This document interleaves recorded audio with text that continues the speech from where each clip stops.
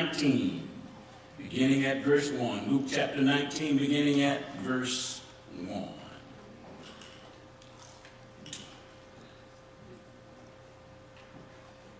These words you'll find recorded. Jesus entered Jericho and was passing through. A man was there by the name of Zacchaeus. He was a chief tax collector and was wealthy.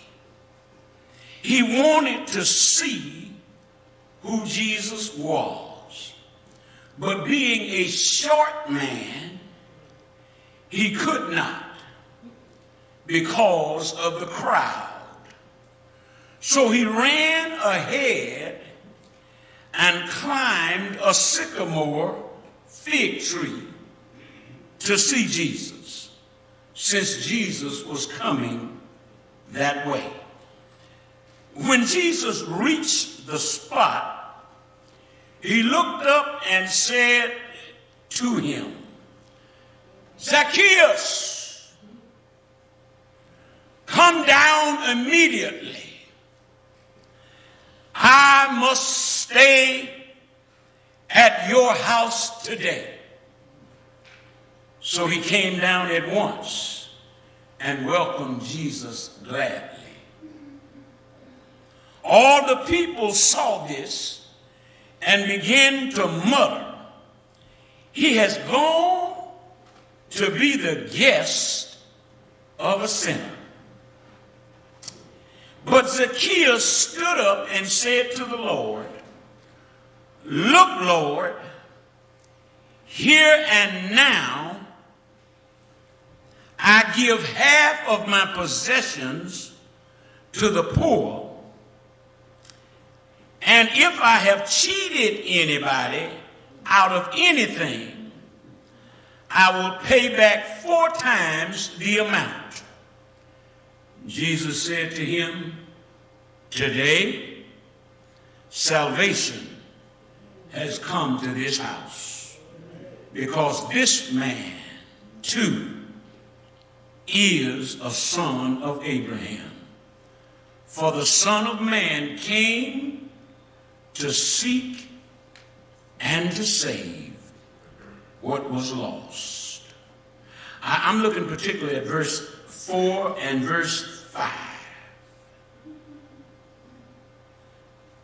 So Zacchaeus ran ahead and climbed a sycamore fig tree to see Jesus, since Jesus was coming that way.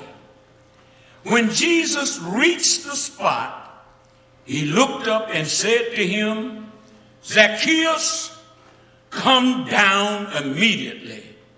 I must stay at your house today." I want to talk to you on the subject, the day Jesus treed a man. The day Jesus treed a man. The day Jesus treed a man. Excuse me while I get me a high five.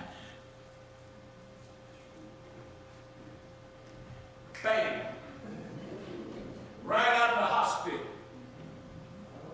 And in the worship of the Lord. Good to see you, baby. Keep on keeping on. I heard about you all up in there playing music and carrying on. Man, you know what? She gonna mess around in every hospital she go to. Gonna be a converted hospital. Amen. The day Jesus treed a man. I know some of y'all are sitting and looking at me funny. What kind of subject is that? The day Jesus treed a man. Well, I hail from an agrarian animal hunting area of the country. To put it succinctly, we farmed for our food and we hunted to put food on our table. For you, my city-dwelling sophisticates, when I use the word treed, I think I need to help you a little bit. See, where I grew up, we had hunting dogs. And when you were going to hunt a raccoon or some squirrels, you took the hunting dog with you to the woods. And the hunting dogs would sniff around on the ground. And they would pick up the trail of a raccoon or a squirrel or whatever it might be that lived in the woods and could climb trees. And that hunting dog would pick up the scent on the ground, and you would hear him bark out, "Hoo!" They say, "Uh-oh, he's on the trail." And that hunting dog, Mother Newell, you remember, would run down through the woods chasing whatever it was that we were hunting. And he would get so hot on the trail until after a while that animal would have to take to a tree. Now, a good hunting dog knew how to tap a tree. Tap a tree means that some smart raccoons, squirrels who've been around a long time, they knew how to run up one side of the tree and then down the other side of the tree. And the dog who was not experienced would come to that tree and go and look up in that tree where the animal went up on this side and think that the animal was up in the tree. But a good hunting dog would run around the tree, smell on the other side, say, he's not up in that tree. I see he came down and is running toward another way. And that dog would pick up the trail and keep running until that particular animal said, "I cannot lose him, so I must finally take to a tree and stay up in that tree." And so it means that the prey of the animal has been chased by the dog until the animal has made the decision that its best advantage is to climb a tree, for it has developed this sense of awareness that the dog could not climb the tree. Oh, but a good dog would chase the prey to the point where the trail would end at that particular tree, and that dog would keep looking up in the tree and barking excitedly, but would bark this time with a different tonal inflection as to say to the hunter, "Get on over here. I have treed him. The one that you're hunting is up in this tree." Let me see if I can give you an example. Where I go hunting, one of the best things that happen is when we come back to camp and sit up and tell good stories. And one of the guys said, while they were out hunting one night, hunting raccoon, he said, the dog treed. And they were thinking, this dog is lying, but I know he's a good dog, and he's been doing this for years. But I don't think there's a coon in the tree. And one of them said, as they shined the light in the tree, he said his daddy was so good until when everybody else was saying, there's not a raccoon in this tree, his daddy would say, wait, I think I see an ear. See, you missed that.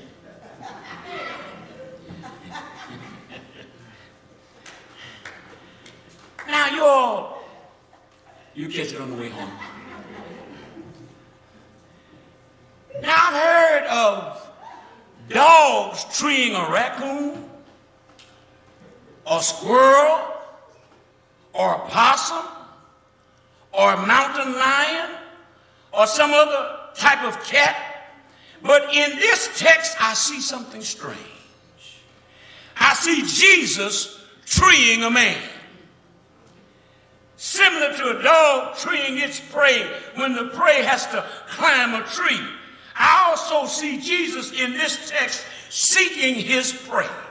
Not to have Zacchaeus for dinner, but to have dinner with him. Y'all won't be quiet this morning and you're going to prolong this sermon. It is the end of the trail for Zacchaeus. He's been running, but now the trail is ending. He's being hunted by the one who said, I have come to seek and to save that which was lost. Could I just set the context now that you know what it means to tree your prey? You know now, don't you? Let me set the context. Here's the context of the text. Jesus, on his way to Jerusalem, where religious folks are plotting and are ready to stone and kill him as they are known to kill the prophets. That's why I always tell you, watch out for church folks. There is a parade of people following Jesus.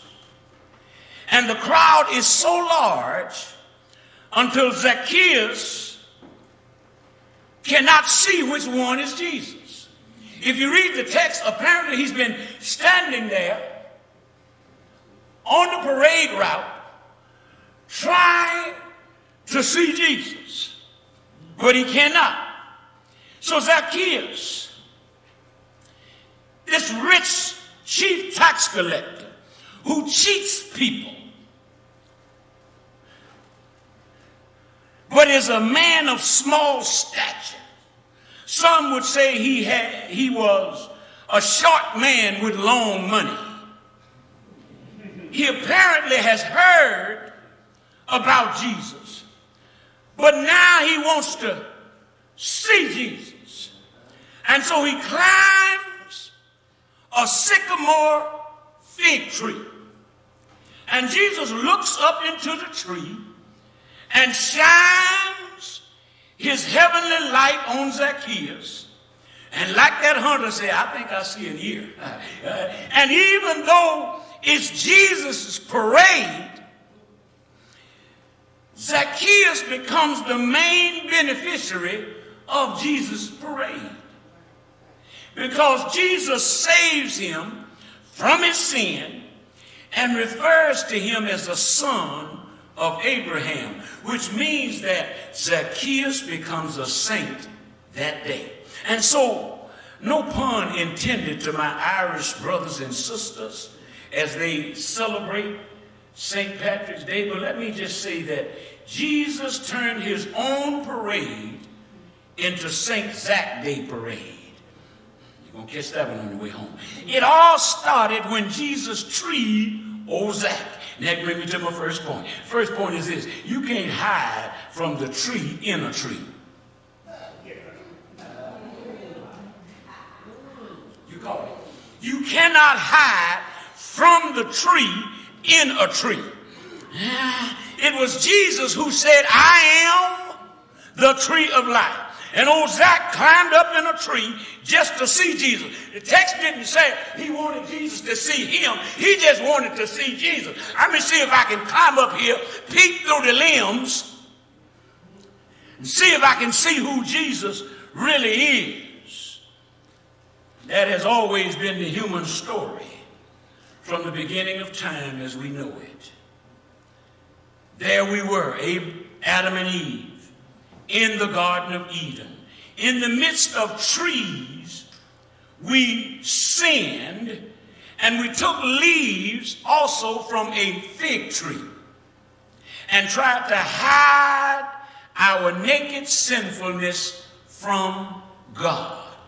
And here is Zacchaeus doing the same thing up in a sycamore fig tree, thinking he can see Jesus. But Jesus will not see his sinful, crooked self. And it begs the question from all of us, where are we, or where were we trying to hide from God? What was or is your tree called? Where you think or you thought you could just see Jesus. But Jesus would not and could not see the real you. Some folks show up in the church and think the church is like a tree. I can just show up, and maybe if I sit in the back, or maybe if I hide among the deacons or hide among the mothers of the church, Jesus will not really see who I really am. Are you working with that? So let me just pause for a minute. Just let it marinate for a minute. Now, y'all, in the interest of transparency, I know the places and the phrases and the faces that I thought I could duck behind and Jesus would not be able to see the real me. But I wanted to give a news flash this morning. There's not enough houses, buildings, land, cute phrases, lies, trees, rivers, lakes, oceans, or seas to hide our stuff from the omniscient eyes of God. And just as Jesus looked up as if to say, Zach, you cannot get high enough in that fig tree or in your money tree or up that social ladder tree where you will not need me. So come on down. You're the next contestant on The Price is Right. Because I'm on my way to pay for all of your sin on Calvary's cross. I'm going to preach if don't nobody help me. How many of you know that Jesus paid it all for the rich and the poor, for the high and the low? Didn't he do it? Oh, didn't he do it? Didn't he do it? Didn't he do it? Zacchaeus is rich, been ripping folks off, and along comes Jesus. Now, don't you just wish, tell the truth, don't you just wish that Jesus would not pay any attention to the 1%? Excuse me. Why would you look at those who own Facebook and Facebook?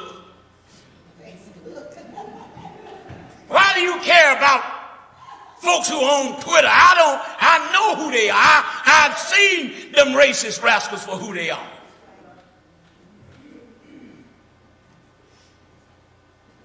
They make money, but will not give anything back to anybody but the rich and the famous.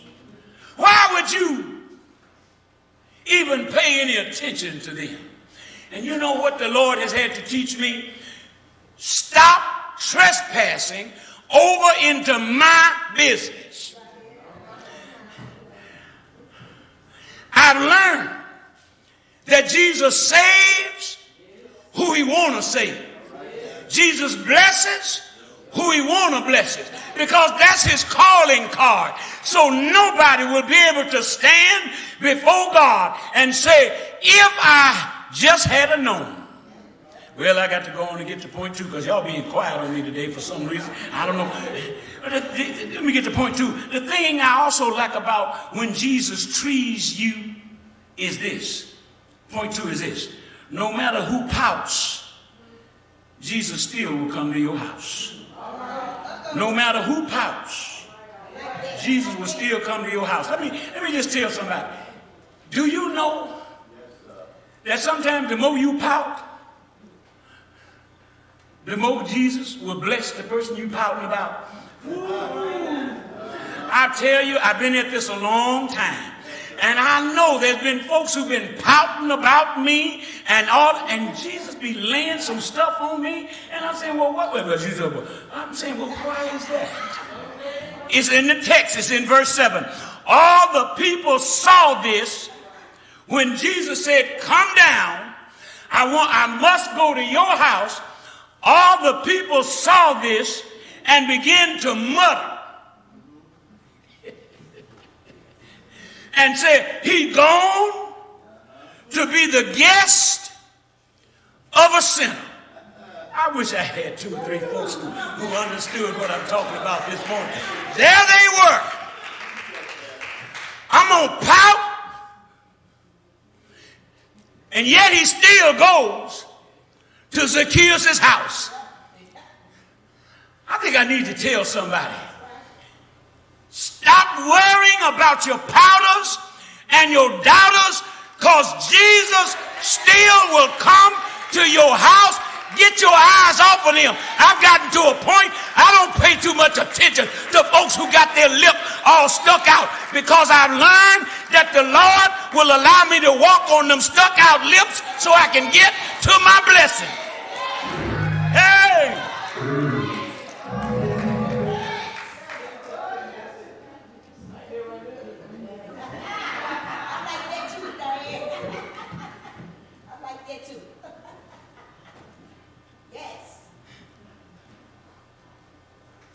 That's right. Say what you want to say.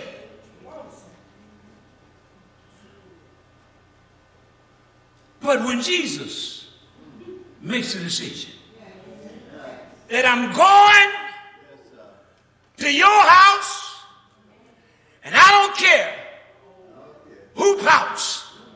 Hey, I like that. I like that. Oh, I could just stay there for a while longer. They standing there pouting. And Jesus said, come on here, Zacchaeus. Let him stand there and pout, boy. I'm going to your house today. Hey. I wish I had a witness. I don't know about y'all, but I feel like asking Jesus right now to come on up into my sinful house. Come on up into my stuff. I don't care about the pouters and the doubters. Come on up into my house. Come on up into my pride. Come on up into my selfishness. Come on up into my greedy self. Come on up into my lying self. Come on up in here and have thine own way. Come on and bless me. I don't care who's looking. I don't care who's pouting. Woo!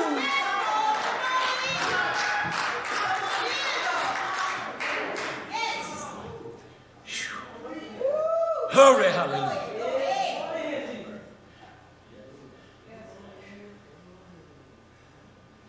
Oh, isn't that something? Yes, sir.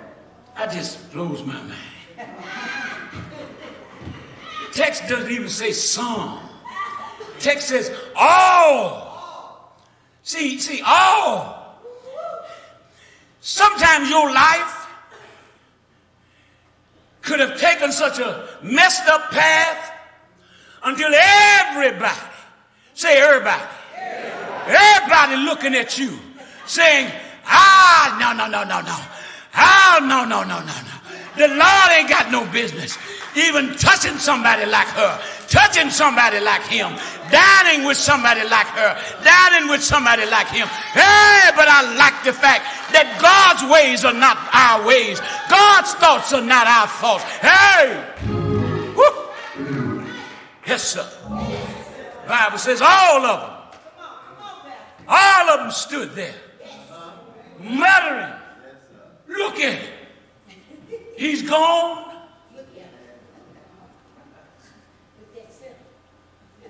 to the house of a sinner. Could I just let you in on a secret? When Jesus stopped by my house this morning, he stopped by the house of a sinner, saved by grace.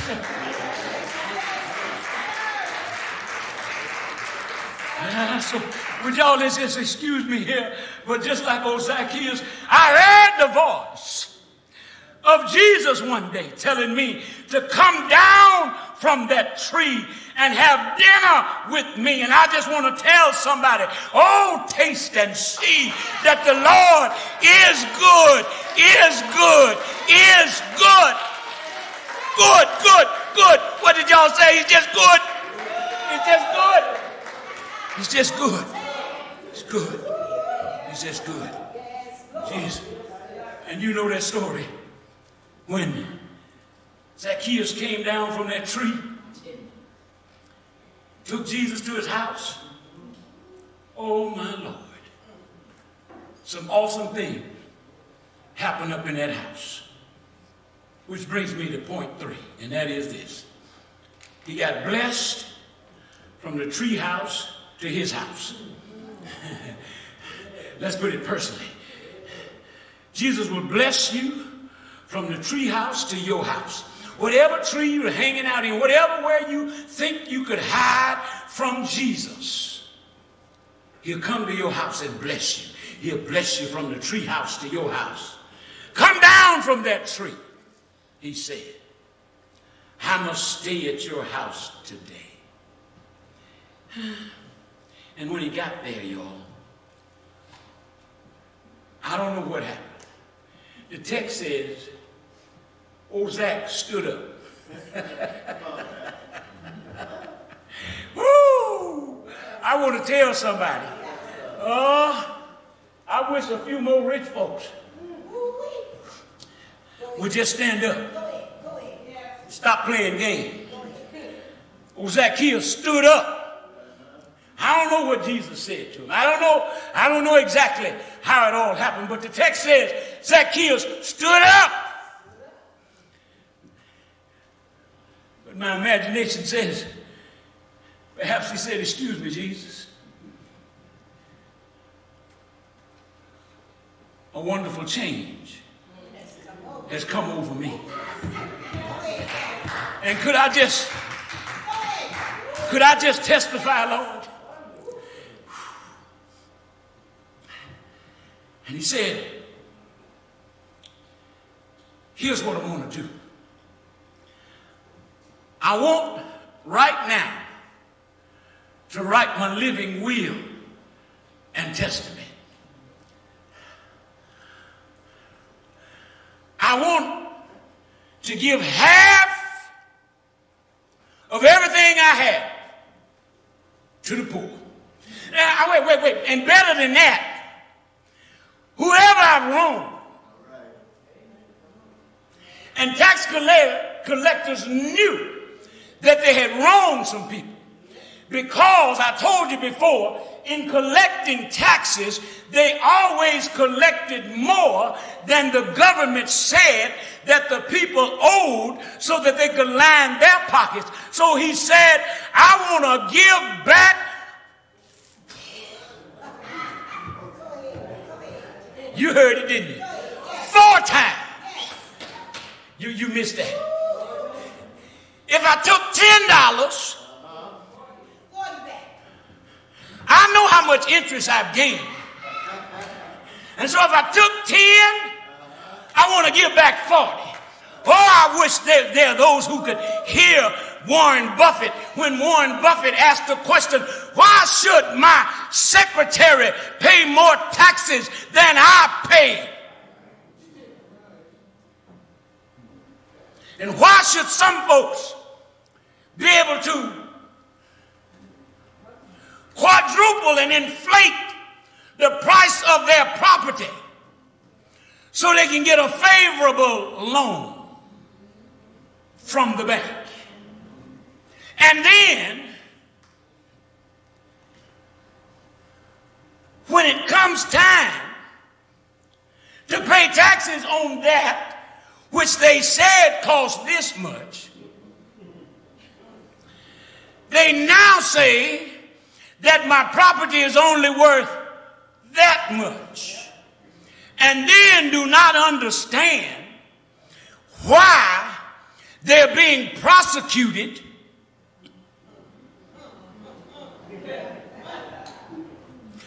cheating the state of New York. He or she that has ears know who I'm talking about. Zacchaeus had a heart transformation. My grandmama and them said he was born again. Hey! And Zacchaeus said, well, Lord, I've developed a theology of enough is enough. You missed that. Let me say it again. Those who know Jesus, those who've been born again, come to a point in their life where they say, I've developed a theology of enough is enough.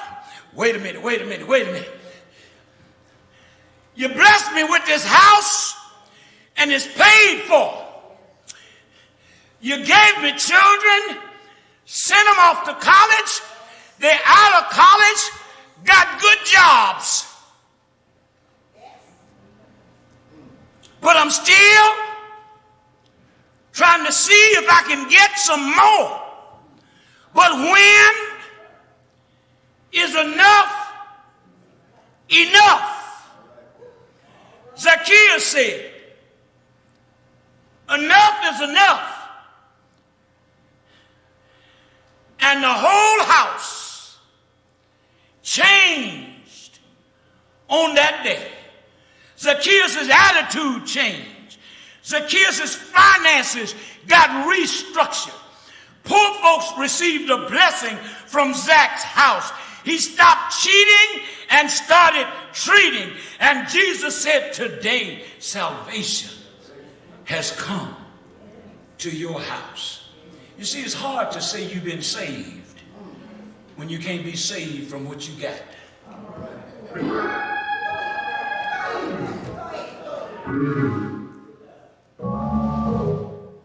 It's hard to say you've been saved when you can't say you're saved from what you got. Huh? I think I told you all before about a man on his deathbed. And the family was all concerned because he had stopped eating. The doctors had said any day now. But they walked in the room one day and the man was chewing.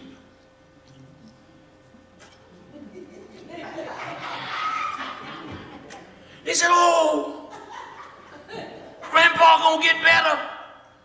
He's eating now. He said, let me get some water so he can wash it down. They wouldn't grab some water, open his mouth to wash it down, and found out he was chewing the money that he had hidden underneath his mattress.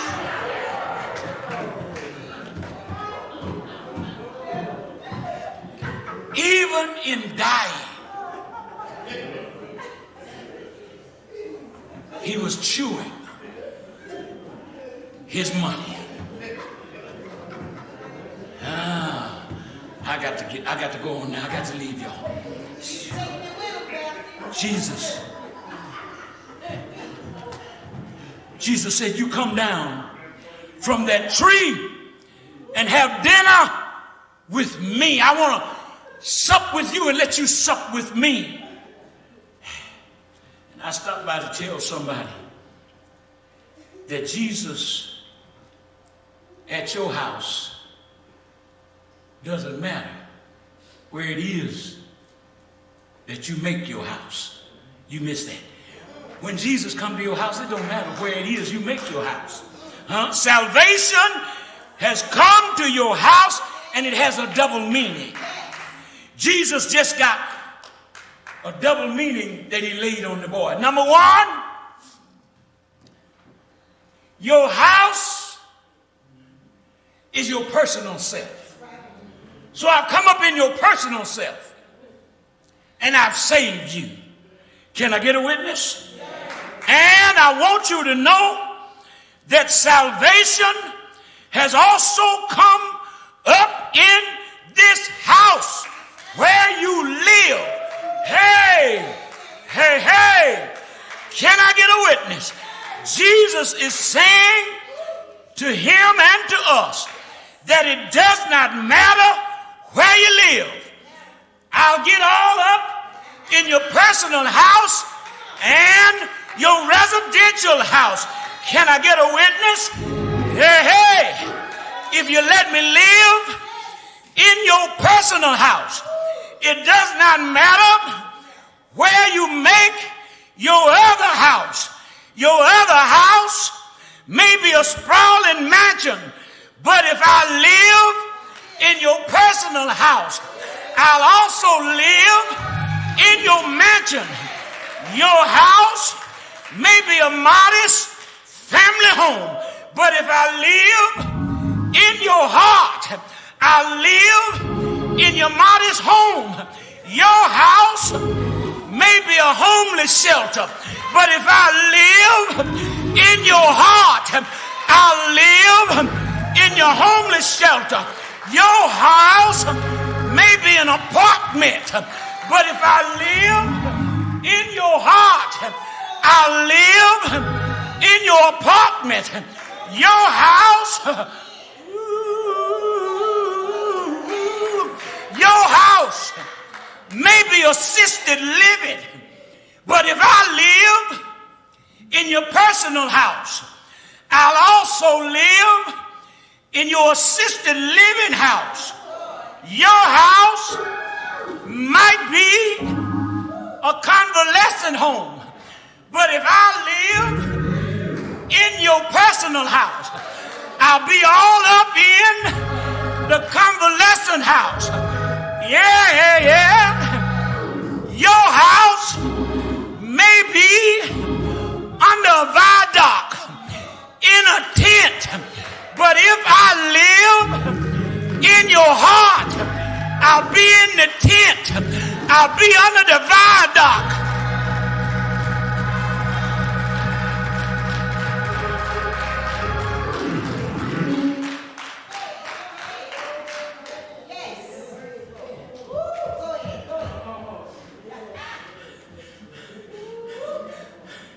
If your house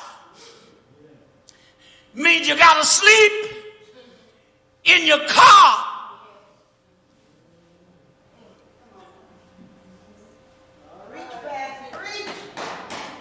but if I live in your heart, I'll make your car a home and a haven of blessing. Hey, I'll put a hedge around you wherever you sleep at night. Can I get a witness? Hey, hey, hey. Cause it's not where you live, but who lives in you. I got a question for you. Does he live in your heart? Then you ought to tell somebody, I serve a risen Savior. He's in my house today.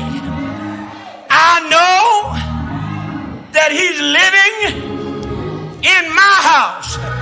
Whatever pouting folks might say, I see his hand of mercy. I hear his voice of cheer, and just the time I need him, he's always near. He's always near. He's always near. He's always near. He's always near. He's always near. He's always near. He's always near.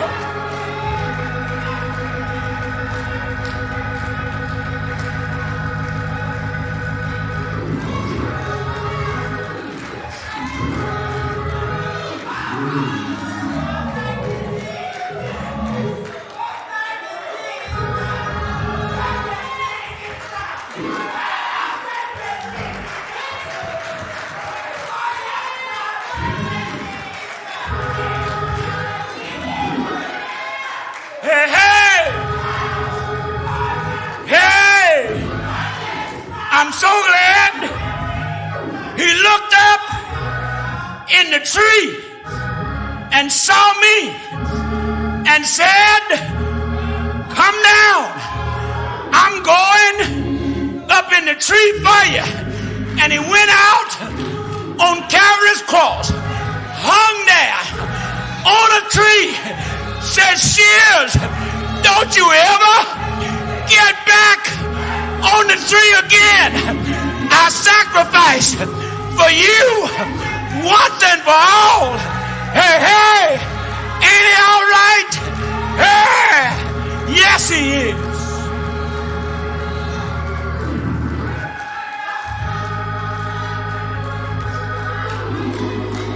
The door is open. The door is open.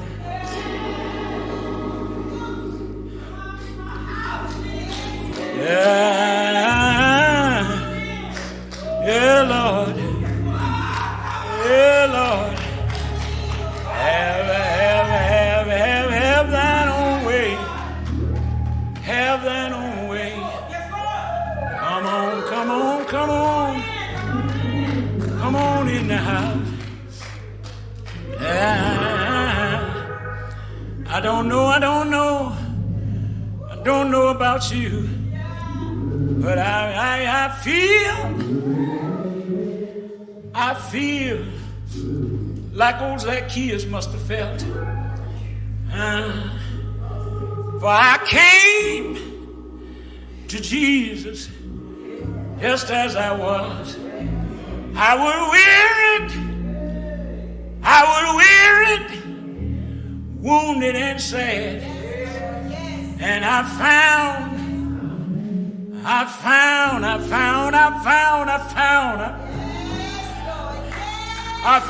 in him a resting place.